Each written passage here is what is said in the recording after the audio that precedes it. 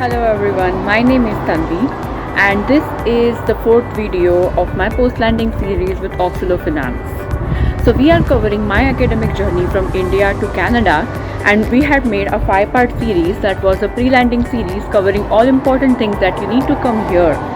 And in this series we are going to cover all the important things that you need to remember once you land in Canada. If you haven't checked out our previous videos, please check them on Auxilo Finance's social media handles. So, in today's penultimate video, we are going to be talking about money. The first and most important thing that you need to remember after coming to Canada is to open your bank account. This bank account should ideally be opened with the bank that you are availing your GIC from. So, once you go to the bank, what you need to do is, you need to open your two kinds of accounts. First is the checking account and second is the savings account. Checking, savings, what is that? So the Canadian banking system is a little different from the Indian banking system. So your checking account means the current account in India for your daily transactions or for your frequent bills and expenditures, and your savings account becomes your savings account.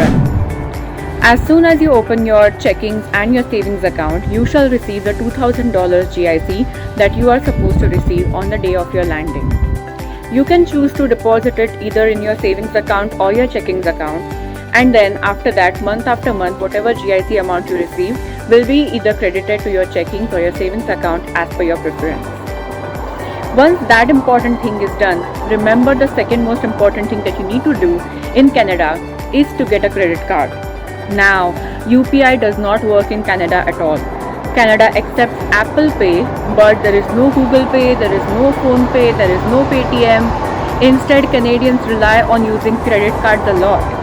There are certain advantages to using credit cards. For instance, you get cash back on your groceries, on your recurring bills, on your fuel cost, or sometimes you might be able to accumulate air mile depending on which credit card you have, right?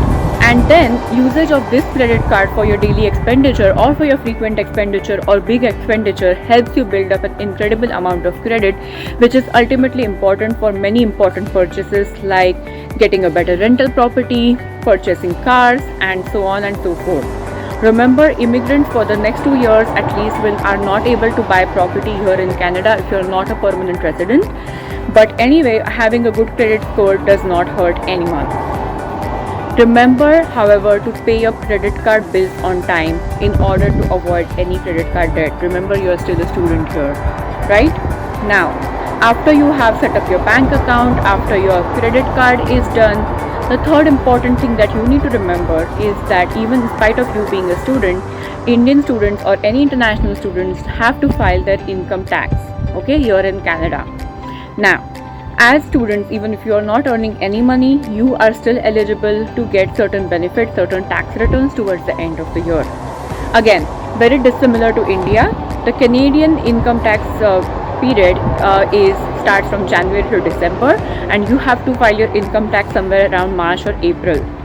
Now, how do you do that, and who will help you with that?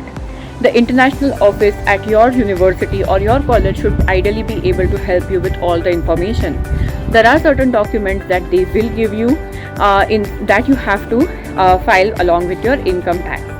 If you have a job, your employer is going to provide you with certain other documents, like how we have Form 16. Similarly, they have different forms to file your income tax, and your employer should be able to give you with that.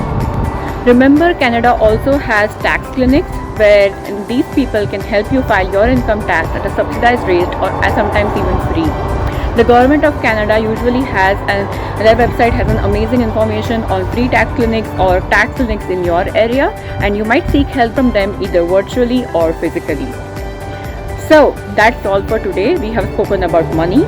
Stay tuned for another video on important information on what to do after landing in Canada.